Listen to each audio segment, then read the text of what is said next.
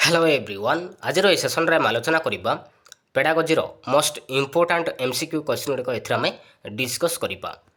तो fast question रही शिक्षण अपारग शिक्षार्थी शब्दटी प्रथमे किए प्रयोग करथिले।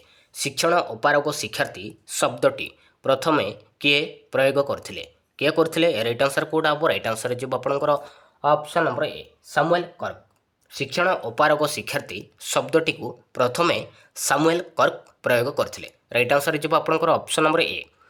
तो नेक्स्ट देखिबा केउटी शिक्षण अपारगता शिक्षार्थी लक्षण अटे। केउटी शिक्षण अपारगता शिक्षार्थी लक्षण अटे। ऑप्शन ए देछि अलटा भाव में अक्षर वा शब्द पढ़ती और लिखती ना त्रुटिहीन भाव प्रत्यक्षता करिथांती ना कर्मकैंद्रिक पदक्षेप ना विश्लेषण दक्षता। ये राइट आंसर कोड हम। राइट आंसर जो आपंकर ऑप्शन नंबर ए अलटा भाव में अक्षर वा शब्द पढ़ती और लिखती यहाँ हूँ शिक्षण अपारगता शिक्षार्थी लक्षण अटे। तो राइट आंसर जो आपंकर ऑप्शन नंबर ए। तो नेक्स्ट क्वेश्चन देखा शारीरिक गठन फल शिक्षार्थीर प्रगतिशील परिवर्तन को कौन कहुए। शारीरिक गठन फल शिक्षार्थीर प्रगतिशील परिवर्तन को कौन कहुए। अभिवृद्धि कहवा ना परिपक्वन कहवा ना विकास कहवा ना वृद्धि कहवा। ये राइट आंसर कोडा हम। राइट आंसर जो आपंकर ऑप्शन नंबर बी परिपक्वन कहुए। शारीरिक गठन फल शिक्षार्थीर प्रगतिशील परिवर्तन को आम कहवा परिपक्वन बोली कही था। तो राइट आंसर जो आपंकर ऑप्शन नंबर बी। तो नेक्स्ट देखा तो नेक्स्ट क्वेश्चन रही वंशाणुगुणर बाहक किए। वंशाणुगुणर बाहक किए शुक्राणु ना उत्पादन अणु ना डिंबाणु ना डिंबकोश।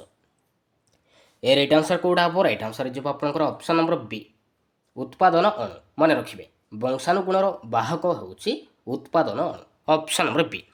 तो नेक्स्ट देखा तो नेक्स्ट क्वेश्चन रही बौद्धिक विकासर प्रथम पर्याय को कौन कहुए।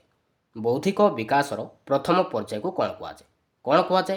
ये राइट आंसर कोडा हम। राइट आंसर जो आपंकर ऑप्शन नंबर डी संवेदिकारक पर्याय कहवा। बौद्धिक विकासर प्रथम पर्याय को आम कहवा संवेदिकारक पर्याय कहवा। आउ बौद्धिक विकासर द्वितीय पर्याय को आम कहवा प्राक संकाशधर्मी पर्याय कहवा। आउ बौद्धिक विकासर तृतीय पर्याय को आम कहवा स्थूल संकाशधर्मी पर्याय कहवा।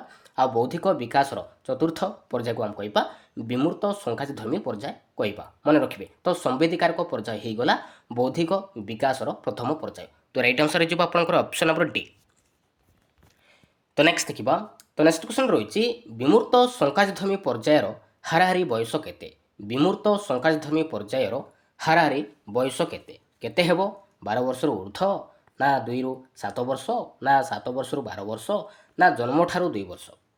ए राइट आंसर कोडा हम। राइट आंसर जो आपंकर ऑप्शन नंबर ए विमूर्त संकाशधर्मी पर्यायर हाराहारी बयस होगला 12 वर्ष ऊर्ध। मन रखिए तो राइट आंसर जो आपंकर ऑप्शन नंबर ए। तो 2 वर्ष रु 7 वर्ष पर्यंत को क्यों पर्याय कहवा। मन रखिए प्राक संकाशधर्मी पर्याय कहवा। आउ 7 वर्ष रु 12 वर्ष पर्यंत ताको आम कहवा स्थूल संकाशधर्मी पर्याय कहवा। आउ जन्म ठारू 2 वर्ष पर्यंत को आम कहवा संवेदिकारक पर्याय कहवा। मन रखिए तो नेक्स्ट देखा तो नेक्स्ट क्वेश्चन रही बालक बालिका माने सामाजिक नीति नियम माने कार्य करने केउं समय देखा मिले। शैशव अवस्था ना आद्य बाल्यावस्था ना परवर्ती बाल्यावस्था ना आद्य कैशोर अवस्था। राइट आंसर कोडा हम। राइट आंसर जो आपंकर ऑप्शन नंबर डी आद्य कैशोर अवस्था देखा मिलता है। बालक बालिका माने सामाजिक नीति नियम माने कार्य करने आद्य कैशोर अवस्था देखा मिलता है। मन रखिए ऑप्शन नंबर डी। तो नेक्स्ट देखा केउटी अप्रीतिकर आवेग नुहे। तो 4टी ऑप्शन देछि तो भितर कोडा गोटे अप्रीतिकर आवेग कोडा नुहे। भय देछि ईर्षा देछि अनुराग देछि क्रोध देछि। ए राइट आंसर कोडा हम। राइट आंसर जो आपंकर ऑप्शन नंबर सी जो राइट आंसर अनुराग। तो यहाँ हो गला प्रीतिकर आवेग। तो यहाँ किंतु अप्रीतिकर आवेग नुहे। तो राइट आंसर जो आपंकर ऑप्शन नंबर सी जो राइट आंसर। तो नेक्स्ट देखा दलरे कार्य करने समय निज दलर सहयोग और स्नेह ममता आशा करने शिशुर केउं प्रकार विकास अटे।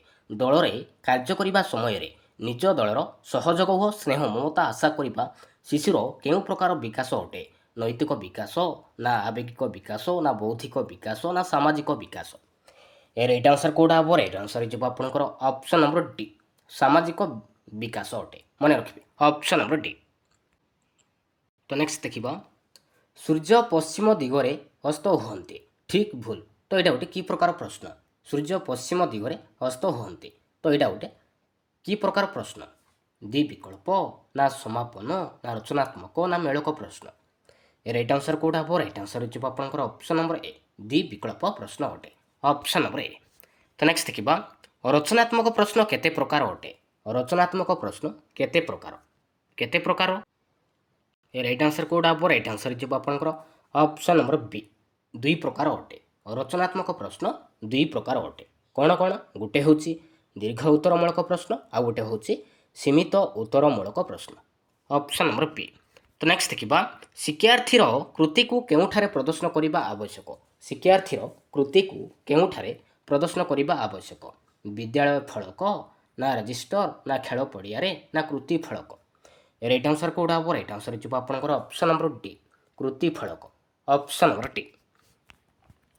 तो नेक्स्ट देखा मुहांमुही भाव तथ्य संग्रह करने तो यहाँ गोटे कि प्रकार पद्धति साक्षात्कार ना पर्यवेक्षण ना प्रदर्शन व आलोचनामूलक ना प्रकल्प राइट आंसर कौटा हम राइट आंसर हो आपंकर ऑप्शन नंबर ए हो राइट आंसर साक्षात्कार ऑप्शन नंबर ए। तो नेक्स्ट देखा क्या माध्यम पूर्व निर्धारित व्यवहार पर्यवेक्षण क्या माध्यम पूर्व निर्धारित व्यवहार पर्यवेक्षण राइट आंसर कौटा हम राइट आंसर हो आपंकर ऑप्शन नंबर सी हो राइट आंसर रेटिंग स्केल माध्यम ऑप्शन नंबर सी। तो नेक्स्ट देखा शिक्षार लक्ष्य केते प्रकार अटे शिक्षार लक्ष्य केते प्रकार अटे राइट आंसर कौटा हम राइट आंसर हो आपंकर ऑप्शन नंबर सी तीन प्रकार अटे ऑप्शन नंबर सी। तो नेक्स्ट देखा वार्षिक परीक्षा केउं प्रकार मूल्यांकन अंतर्भुक्त वार्षिक परीक्षा केउं प्रकार मूल्यांकन अंतर्भुक्त निदानात्मक ना समाप्ति सूचक ना गठनमूलक ना व्यवस्थान राइट आंसर कौटा हम राइट आंसर हो आपंकर ऑप्शन नंबर बी समाप्ति सूचक मूल्यांकन अंतर्भुक्त वार्षिक परीक्षा समाप्ति सूचक प्रकार मूल्यांकन अंतर्भुक्त ऑप्शन नंबर बी। तो नेक्स्ट देखा श्रेणी रे प्रवेश करने बेले करा जाउथुबा मूल्यांकन को कौन कहुए श्रेणी रे प्रवेश करने बेले करा जाउथुबा मूल्यांकन को कौन कहुए गठनमूलक ना निदानात्मक ना समाप्ति सूचक ना व्यवस्थान कहवा राइट आंसर कौटा हम राइट आंसर हो आपंकर ऑप्शन नंबर डी व्यवस्थान मूल्यांकन कहवा ऑप्शन नंबर डी हो राइट आंसर।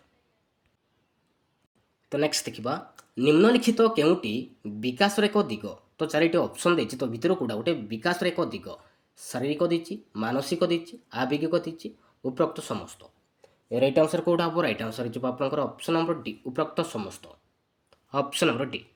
तो नेक्स्ट देखा शिशुर केउं विकासर पृष्ठभूमि उपरे अन्यान्य विकास घटी थाए शिशुर केउं विकासर पृष्ठभूमि उपरे अन्यान्य विकास घटी थाए शारीरिक विकास ना सामाजिक विकास ना मानसिक विकास ना नैतिक विकास राइट आंसर कौटा हम राइट आंसर हो आपंकर ऑप्शन नंबर ए शारीरिक विकासर पृष्ठभूमि उपरे अन्यान्य विकास घटी थाए ऑप्शन नंबर ए।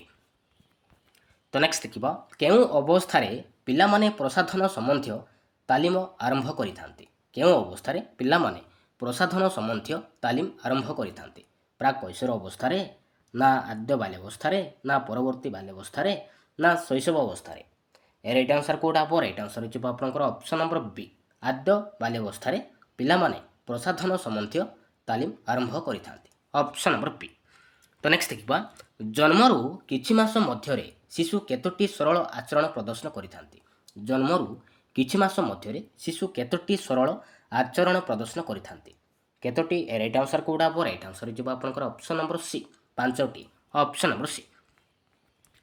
तो नेक्स्ट देखा शिशु कहीं क्रोधान्वित हुए शिशु कहीं क्रोधान्वित होता है ऑप्शन ए देखिए ता कार्यकलाप अଯଥା हस्तक्षेप कले ना ता प्रति प्रिया प्रीति बा पक्षपातिता आचरण कले ना दीर्घ समय पर एक स्थान में आबद्ध कर रखिले ना उपरोक्त समस्त राइट आंसर कौटा हम राइट आंसर हो आपंकर ऑप्शन नंबर डी उपरोक्त समस्त क्रोधान्वित होता है ऑप्शन नंबर डी। तो नेक्स्ट देखा केउटी शिशुर मूल आवेग स्नेह देछि भय देछि क्रोध देछि उपरोक्त समस्त राइट आंसर कौटा हम राइट आंसर हो आपंकर ऑप्शन नंबर डी उपरोक्त समस्त शिशुर मूल आवेग अटे मन रखिए ऑप्शन नंबर डी। ତ ନେକ୍ସଟ ଦେଖିବା କେଉଁଟି ପିଲାର ବୌଦ୍ଧିକ ବିକାଶ ଅନ୍ତର୍ଗତ? କେଉଁଟି ପିଲାର ବୌଦ୍ଧିକ ବିକାଶ ଅନ୍ତର୍ଗତ? ଭାଷା ଶିକ୍ଷା କରିବା ନା ନିଜ ପରିବେଶ ବିଷୟରେ ଜାଣିବାକୁ ଆଗ୍ରହ ପ୍ରକାଶ କରିବା ନା ବିଭିନ୍ନ ବ୍ୟକ୍ତି ବସ୍ତୁ ଘଟଣା ମଧ୍ୟରେ ସାମଞ୍ଜସ୍ୟ ଅନୁଭବ କରିବା ନା ଉପରୋକ୍ତ ସମସ୍ତ? ରାଇଟ୍ ଆନ୍ସର କେଉଁଟା ହେବ? ରାଇଟ୍ ଆନ୍ସର ହେଇଯିବ ଆପଣଙ୍କର ଅପସନ୍ ନମ୍ବର ଡି ହେଇଯିବ ରାଇଟ୍ ଆନ୍ସର, ଉପରୋକ୍ତ ସମସ୍ତ। ତ ନେକ୍ସଟ ଦେଖିବା।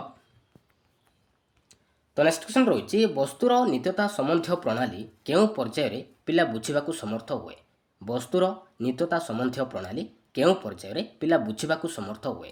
ପ୍ରାକ୍ ସଂକାଚଧର୍ମୀ ପର୍ଯ୍ୟାୟରେ ନା ସ୍ଥୂଳ ସଂକାଚଧର୍ମୀ ପର୍ଯ୍ୟାୟରେ ନା ସମ୍ବେଦୀକାରକ ପର୍ଯ୍ୟାୟରେ ନା ବିମୂର୍ତ୍ତ ସଂକାଚଧର୍ମୀ ପର୍ଯ୍ୟାୟରେ? ରାଇଟ୍ ଆନ୍ସର କେଉଁଟା ହେବ? ରାଇଟ୍ ଆନ୍ସର ହେଇଯିବ ଆପଣଙ୍କର ଅପସନ୍ ନମ୍ବର ବି, ସ୍ଥୂଳ ସଂକାଚଧର୍ମୀ ପର୍ଯ୍ୟାୟରେ ପିଲା ବୁଝିବାକୁ ସମର୍ଥ ହୁଏ।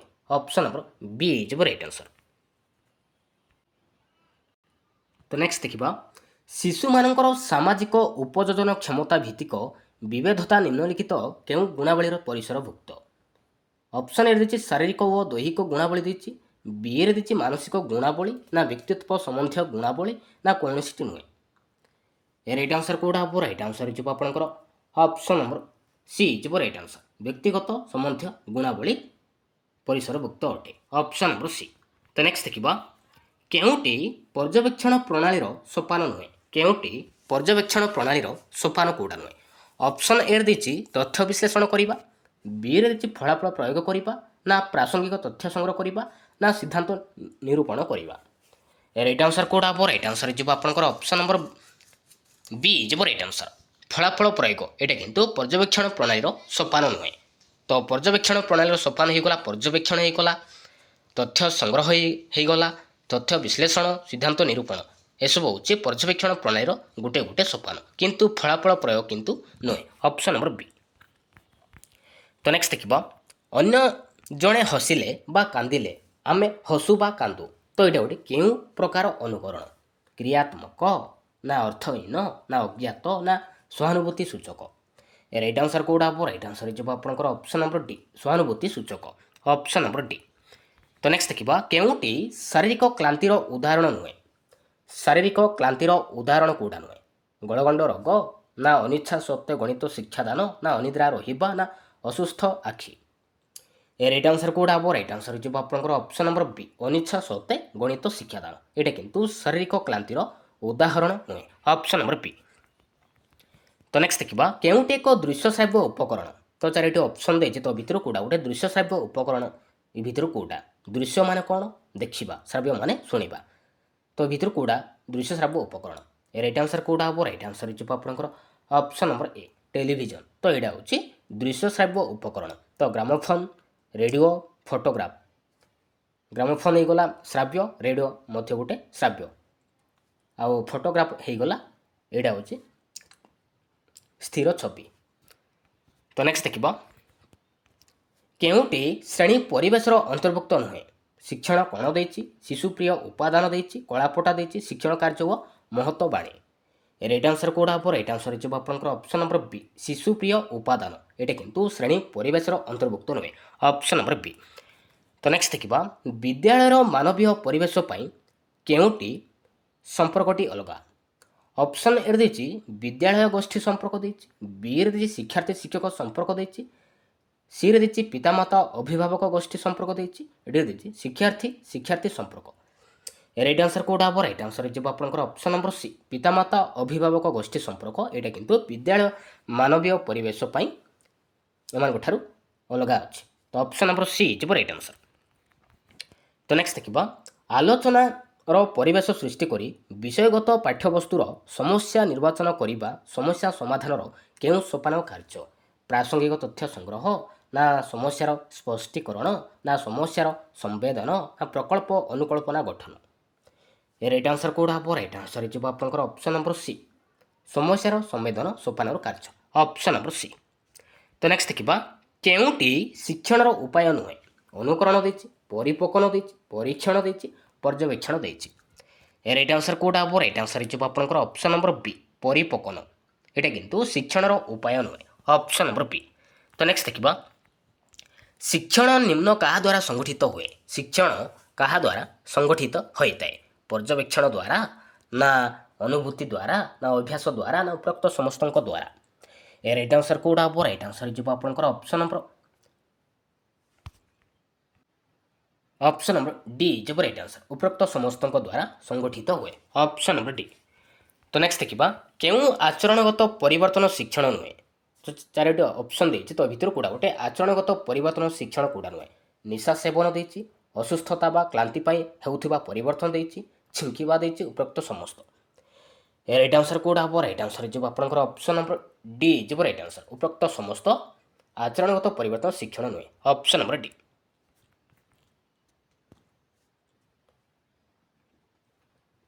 तो नेक्स्ट देखा केउटे शिक्षार्थीर मानसिक गुणावली नुहे शिक्षार्थीर मानसिक गुणावली कौटा नुहे स्मरण शक्ति देती स्वभाव देती प्रत्यय गठन देती कृतित्व स्तर देती राइट आंसर कौड़ा हम राइट आंसर जो आपंकर ऑप्शन नंबर बी स्वभाव यहाँ किंतु शिक्षार्थीर मानसिक गुणावली नुहे ऑप्शन नंबर बी। तो नेक्स्ट देखा पिलामानंक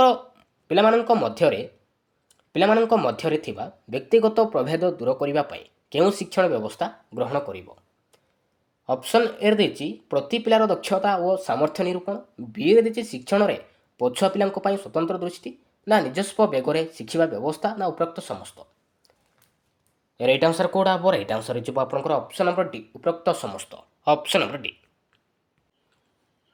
तो नेक्स्ट देखा पर्यवेक्षण तत्व कहा द्वारा प्रतिपादित पर्यवेक्षण तत्व कहा द्वारा प्रतिपादित कहा द्वारा राइट आंसर कौड़ा हम राइट आंसर जो आपंकर ऑप्शन नंबर ए बांदुरा वाल्टरଙ୍କ द्वारा प्रतिपादित पर्यवेक्षण तत्व ऑप्शन नंबर ए।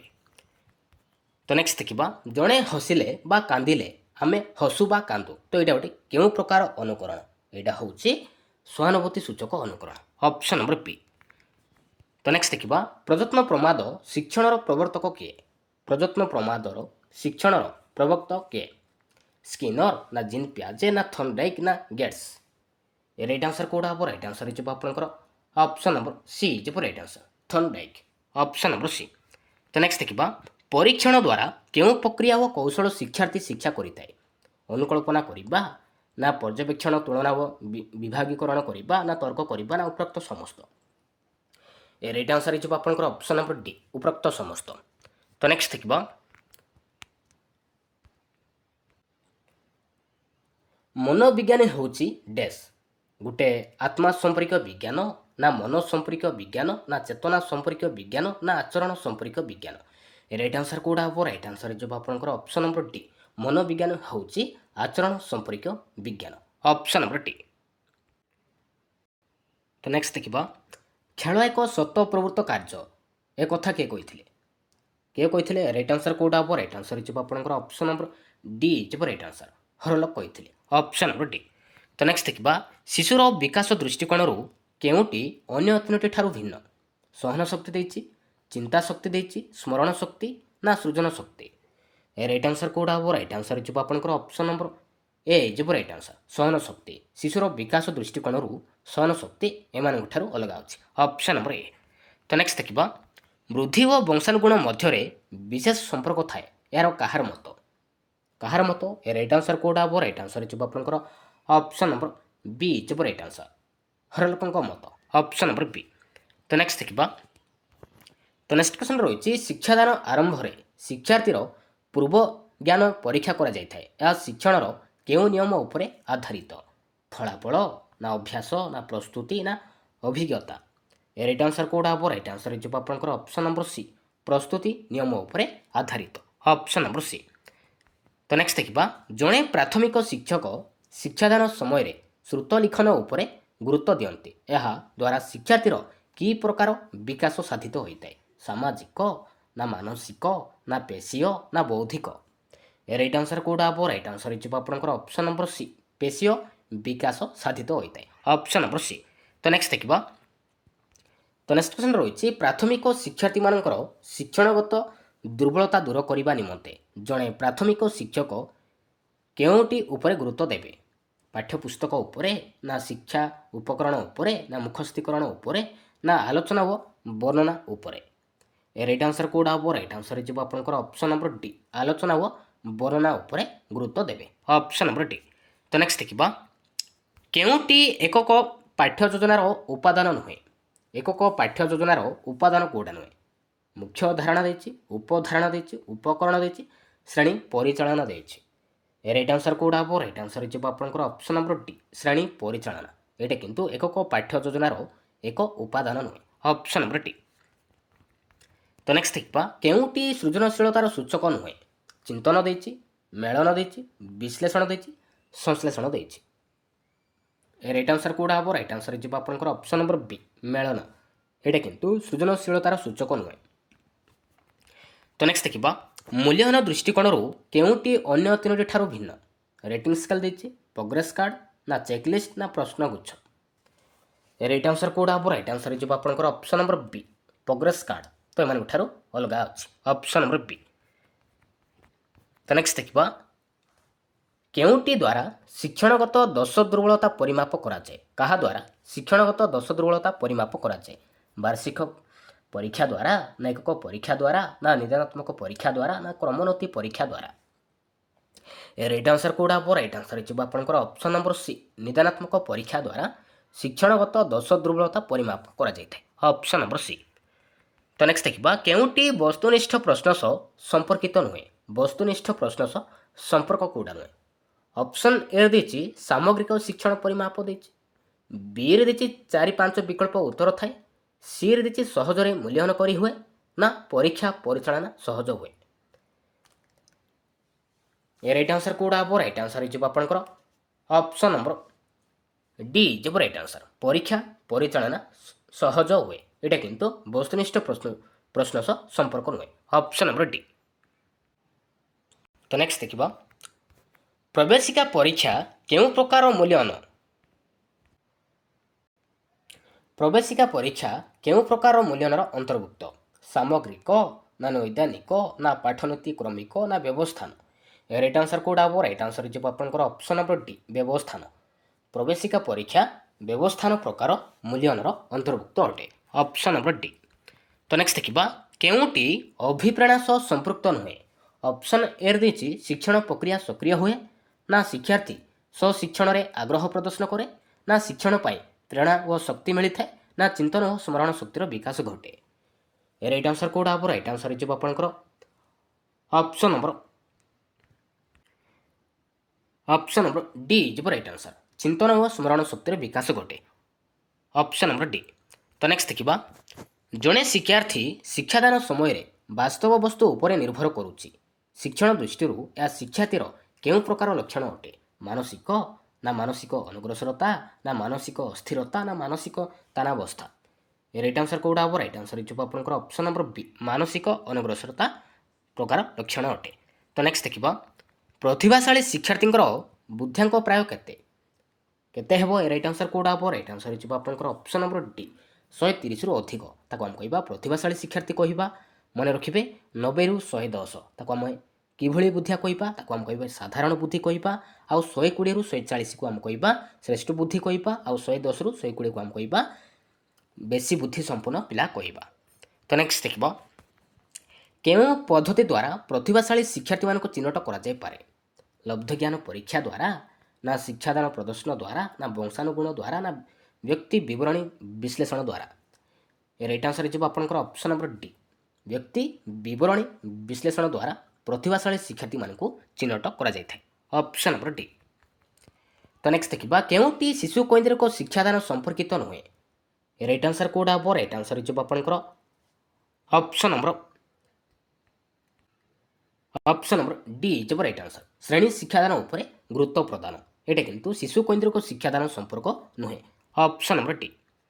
ତ ନେକ୍ସଟ ଦେଖିବା, କେଉଁ ପାଠ୍ୟକ୍ରମ ଉପରେ ଜନ୍ ଡୁଇ ଗୁରୁତ୍ୱ ଦେଇଥିଲେ? କେଉଁ ପାଠ୍ୟକ୍ରମ ଉପରେ ଜନ୍ ଡୁଇ ଗୁରୁତ୍ୱ ଦେଇଥିଲେ? ରାଇଟ୍ ଆନ୍ସର କେଉଁଟା ହେବ? ରାଇଟ୍ ଆନ୍ସର ହେଇଯିବ ଆପଣଙ୍କର ଅପସନ୍ ନମ୍ବର ବି, ପ୍ରକଳ୍ପ ପାଠ୍ୟକ୍ରମ ଉପରେ ଜନ୍ ଡୁଇ ଗୁରୁତ୍ୱ ଦେଇଥିଲେ। ଅପସନ୍ ନମ୍ବର ବି।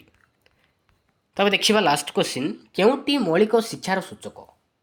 ତତ୍ତ୍ୱ ଭିତ୍ତିକ ଦେଇଛି, କର୍ମ ଭିତ୍ତିକ ଦେଇଛି, ପ୍ରକଳ୍ପ ଭିତ୍ତିକ ଦେଇଛି, ବିଷୟ କୈନ୍ଦ୍ରିକ ଦେଇଛି। ରାଇଟ୍ ଆନ୍ସର କେଉଁଟା ହେବ? ରାଇଟ୍ ଆନ୍ସର ହେଇଯିବ ଆପଣଙ୍କର ଅପସନ୍ ନମ୍ବର ବି, କର୍ମ ଭିତ୍ତିକ।